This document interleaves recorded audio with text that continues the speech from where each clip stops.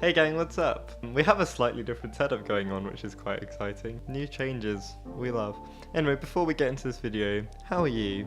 How are your emotions doing? Who's driving the console at the moment? This film that we're about to talk about today had quite a big impact on me actually. I felt that it was a good time in my life personally for it to come out, and I know a lot of people of a similar age to me have found it very useful. It's one of those films that sort of aged with its audience, which is quite nice. Although the girl in question is still a 13-year-old and she's only grown up 2 years, it's still quite relatable for young adults.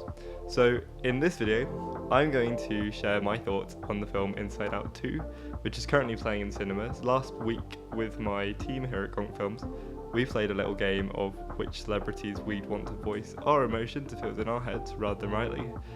Go check out that video, it's out at the moment. And here we go.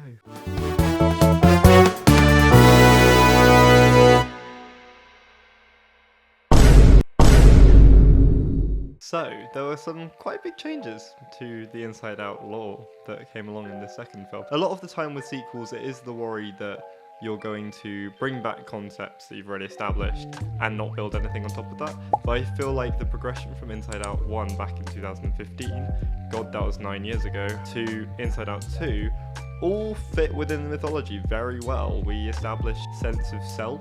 Joy had made her Catherine. Spoiler warning, by the way. Go watch this film first. I'm probably going to talk about some of the heavier aspects of this at some point in the video. Anyways, Joy has made this sort of catapult thing to send emotions and thoughts that they don't want to the back of the mind where it's out of the way. And then of course we've got the new emotions, which we will get into in a bit. But I thought these were very logical progressions from the first film. The fact that Joy and Sadness is still really good friends is great. We're not going back on anything from the first film, and it all just makes sense. A lot of specifically Pixar sequels sort of fall flat a little bit because they just try to recreate the first film, whereas this was trying to do something a little bit different. Some people online have said that it's just the same film again. I don't agree with that. It's more mature and it has different messages on offer. I get that people probably have a bit of a gripe with it all being like the same location, to send the emotions out of headquarters to go like ramble around the mind. But in this sort of setup, it works. We're sending a different group of them out to go explore. Sadness is on a little side quest, and then the three of them that were trapped in headquarters the whole time last time, being fear, anger, and disgust, all get to explore a little bit more. Joy is still our main character, but yeah, we've built on from the first film, which is a great start. Yeah, back to that point about a lot of Pixar sequels falling flat. Things like the Incredibles series, the second one just feels like the same film from a slightly different perspective. Like Incredibles 2 is just Incredibles 1 again, but this time we're following Ellen. If you want to hear me talk more about Pixar films in general, we should have a new series coming out. What will be a podcast, so watch this space. Let's talk about the new emotions, because that is the main draw to this film. When they announced it and they put the teaser out, the first thing they did was they went, here comes along anxiety. I'm in anxiety orange. Yes, I am in a hoodie and it's the middle of summer right now. Yesterday in the UK, it was 30 degrees and it's ever so slightly cold this day. Anyway, anxiety. First thing, character design, love it. Anxiety sort of looking a little bit different and quirky. I mean, all of the emotions look very different, so I don't really know why people had like difficulty with anxiety, but just how expressive the features were. We've got these massive eyes, which were green, by the way. I did notice that. All of the other emotions bar Joy, their color palette is the same throughout their character. Joy and anxiety, the only two that are a bit different. Joy's obviously got blue hair, which if you've seen online, there are some really cursed versions of Joy with yellow hair, and it's just like, thank you for not doing that one, Pixar. And anxiety has green eyes, so I wonder if there's an underlying thing there, or just the orange eyes didn't work. Could just be a cosmetic thing that just didn't work out, I guess. Everything down to the wavy hair, the face, how anxiety worked as an emotion was excellent. The fact that they were just misunderstood. None of the other emotions really knew what anxiety was there for. I felt that the explanation that anxiety gave at the beginning, actually, where they say fear is for looking out for Riley's safety now, and I look out for Riley's safety in the future. That's a really good way of framing it, and I never really thought of it like that. But this film just really got that emotion. And then when it came to the anxiety attack at the end, again, spoilers, I hope you've jumped off by now if you've not seen. The anxiety attack was really visceral. I actually found when I was watching it with a friend of mine, she was sobbing a few times. Shout out to her, she told me to. Just seeing the storm going around the console and the fact that anxiety looks like they're staying in the same place and not moving, when actually they're running around all over the place and you're just seeing that sort of split second of them being caught there. I thought that was a perfect execution of what anxiety is. Like, a lot of people, when they're put in a situation, you just freeze up and you can't help that. But in your mind, you're just swirling all over the place. And it's two very contrasting things going on, but they are part of the same emotion. Anxiety also using the imagination land, because that's an established concept, and we've sort of reworked it into being anxiety's base of operation, and they're not acting alone. Getting all of the little colourful people to draw up all these ideas, because actually drawing anxiety from Riley's imagination was a really good move. It also just showed how anxiety isn't a singular thing, and it's sort of building up and it takes over. The other emotions. Now, people were saying that the other three emotions aren't well developed. I get where they're coming from, I will say that, but I don't entirely agree. I think they all serve their purposes in the plot, some more than others. Ennui was basically just a gag about the phone, and actually the phone was useful with sadness. Why was Ennui French? Do we all have a little, like, dark blue French person running around there? I also love how the character design, like, is designed for them to be, like, lopsided. I think that's the weakest of the four designs, though, Ennui. But those three of them, they serve their point in the plot quite well. Embarrassment sort of switching sides, I guess, if you want to say it that way, made sense. The fact they would help sadness. He did sadly fall into the trope of, like, the one that doesn't talk for the whole time talks at the end. Also, to those other people who say that the new emotions aren't allowed because the parents don't have them in the first one, can I just say that this film was made like 9 years later, so that's just a case of they didn't put that into the first one because they weren't going to put it in. So all these big theories and things about why they're not there, they're just not. I guess also some of those emotions are a bit more suppressed when you're an adult. I do like that the anxiety one just like pops up very quickly at the end in each of the parents' head. Envy just sort of seemed like anxiety's side piece, just for anxiety to talk to someone, which worked fine, and it was a good emotion to pick, and I quite liked her little character design. To me, it made sense that Envy was the really short one. But these four were realised well as like a new crew and sort of fit into that world quite nicely. It kind of felt in the same way that people didn't think that disgust, fear and anger weren't developed in the first one. It felt the same for these new ones. I think it's just them being trapped in headquarters for the whole film. There's not much else going on, it's just the character interactions and like controlling Riley, whereas those travelling around have a bit more motion to do, and people think that that's more of a character story because you're seeing something physical. It gave fear, disgust and anger some time outside of headquarters, and watching them wander around was quite nice actually. They go on a little adventure with Joy. They're not like integral to it. It's quite nice to see them get out and about.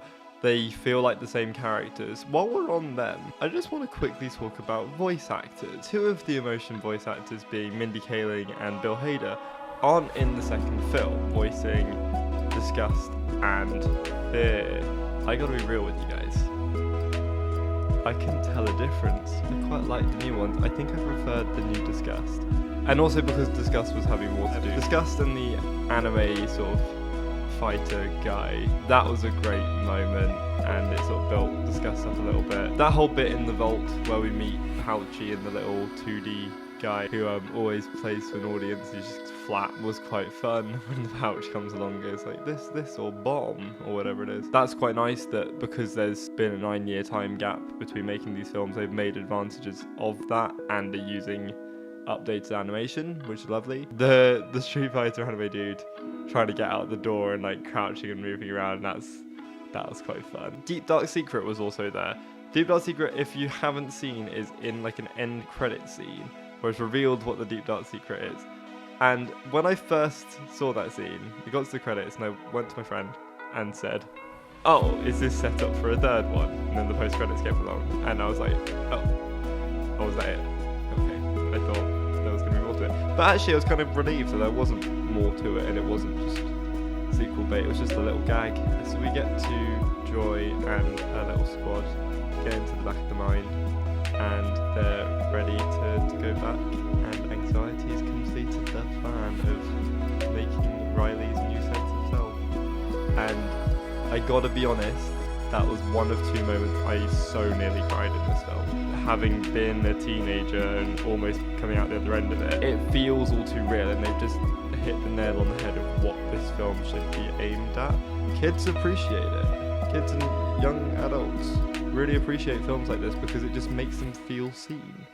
And I feel like if cinema's not doing that, then what's the point? It's a chance for escapism and to see yourself in a character or a concept that may be detached from reality, or may just help you like get through your own realities. I like when a film comes along and it has a suspension of disbelief and I can just escape into it, but also these very real films that are dealing with like these tiny little colourful people running around in someone's head, and then we cut back to her on the outside and it's just a normal situation. Because of that, the story doesn't feel forced at all, because her going on that weekend and making all those choices is just a thing that a teenager does, and it's just trying to run through and go, this could be what's going on in there, and it's just a method of getting through that. It's like the plot hole in the first film, I've sort of come to terms with the fact that the little mind men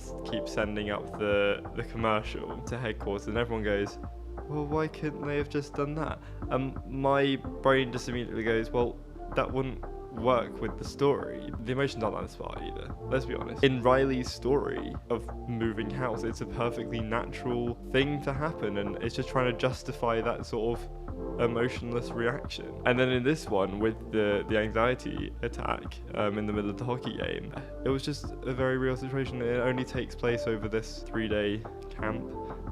My thoughts are then, if this has happened for this little time, she's hit puberty and gone through all these things in like a little weekend, what does that sort of mean for her? Because like people will have wobbles like that and recover from them, but it doesn't mean that that wobble's not going to happen again. So the way it sort of ended, I quite liked that Anxiety got their comfy chair and they could just sit and chill out, but that anxiety attack is going to happen again at some point, so I want to know what that would look like, because part of how this one worked was anxiety as a new emotion came out of nowhere to the normal emotions.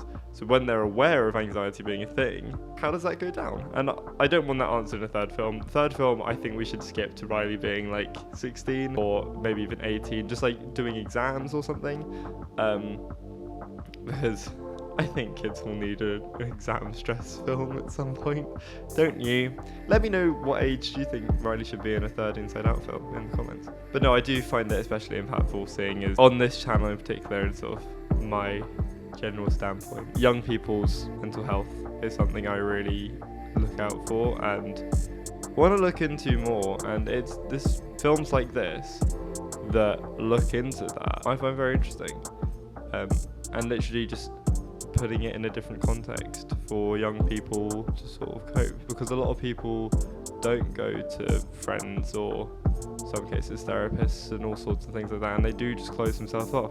But having a piece of media like this that someone can sit and absorb is very important in today's world. So there we go, I've sort of rambled about Inside Out 2 for a bit.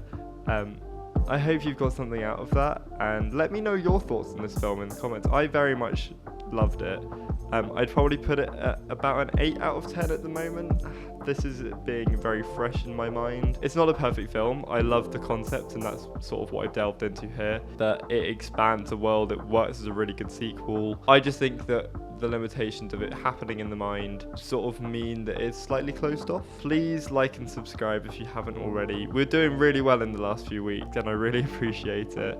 I'm trying to get to 500 subscribers before I go and make a full-length documentary based on the proof of concept I made a couple of weeks ago as part of my final college thing. Go check that one out. It's about a scouting event that happened in Korea that I was a part of, and hopefully you find interesting. But if you want to see an hour version of that, please let me know in the comments and subscribe, and that could be happening later this year. So the next couple of weeks, there will be a few reviews coming along. There may also be a short film on the horizon. You'll just have to wait and see. But definitely check out this film if you haven't already. I mean, there were a few spoiler disclaimers, so if you haven't, you probably haven't got this far in the video. But I hope you enjoyed it, and I'm interested to see what Pixar does next. Elio is the one for next year, and then I think Toy Story 5 is on the horizon, which I don't know how to feel about. Also look out for our new podcast titled to be announced soon, Watch This Space, of which Pixar films will be quite important to our first season. Possibly, if you guys want it, resulting in me ranking the Pixar films all the way from Toy Story to Inside Out 2. So let me know if you would like that. My Disney one went down fairly well. I'm currently in my Pixar marathon to prepare.